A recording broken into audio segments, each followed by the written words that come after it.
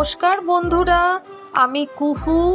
আশা করি তোমরা সকলে ভালো আছো, সুস্থ আছো। আজকে ফুলকপি দিয়ে একটা রেসিপি করব।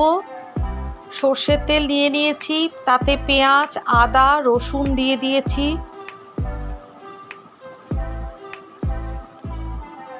দিচ্ছি টমেটো,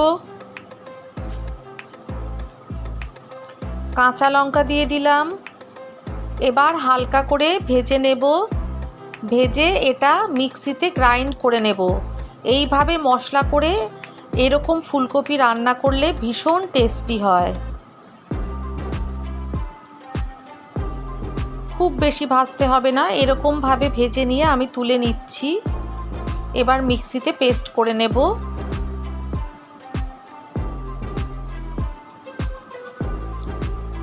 আরও কিছুটা সর্ষের তেল দিলাম, দিয়ে দিচ্ছি বেশ কিছুটা ঘি। এবার ফুলকপিটা আমি এরকমভাবে ভেজে নেব। লাল লাল করে ফুলকপিগুলো ভেজে নেব। হলুদ দিয়ে দিলাম,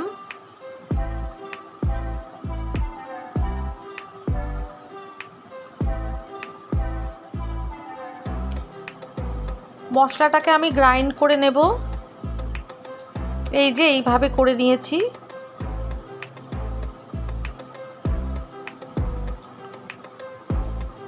ফুলকপিগুলোকে একটু ধৈর্য ধরে লাল লাল করে ভেজে নিতে হবে। এই যে আমার ভাজা হয়ে গেছে ফুলকপি। গোটা সাদা জিরে দিলাম ওই তেলের মধ্যেই। কিছুটা মটরশুঁটি দিয়ে দিচ্ছি।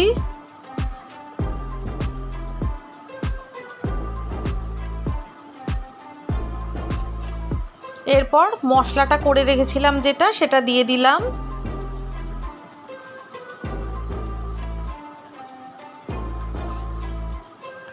কাশ্মীরি মির্চ দিলাম, হলুদ গুঁড়ো দিলাম, ধনে গুঁড়ো দিলাম, কিছুটা জিরে গুঁড়ো দিলাম। মশলাগুলো একসাথে মিশিয়ে নিচ্ছি ভালো করে।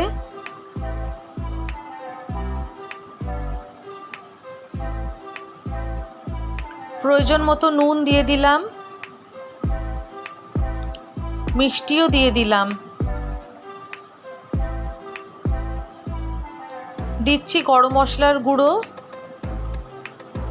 আমরা যে কাপে চা খাই সেই রকম চায়ের কাপে হাফ কাপ মতন টক দই ফেটিয়ে দিয়ে দিয়েছি। 2 মিনিট ঢাকা দিয়ে রেখেছিলাম, মশলাটা কষে এসেছে। এবার ফুলকপিগুলো অ্যাড করে দেব।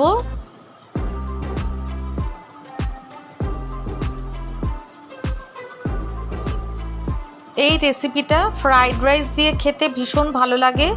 রুটি বা পরোটার সাথেও খাওয়া যেতে পারে।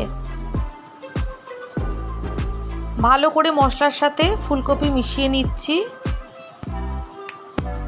মিক্সির বাটিতে জল দিয়ে সেই জলটা দিয়ে দিলাম।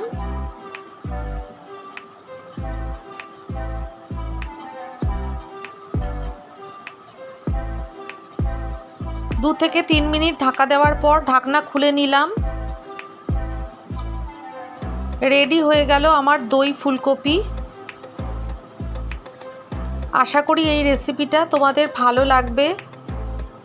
বাড়িতে একবার ট্রাই করে দেখতে পারো।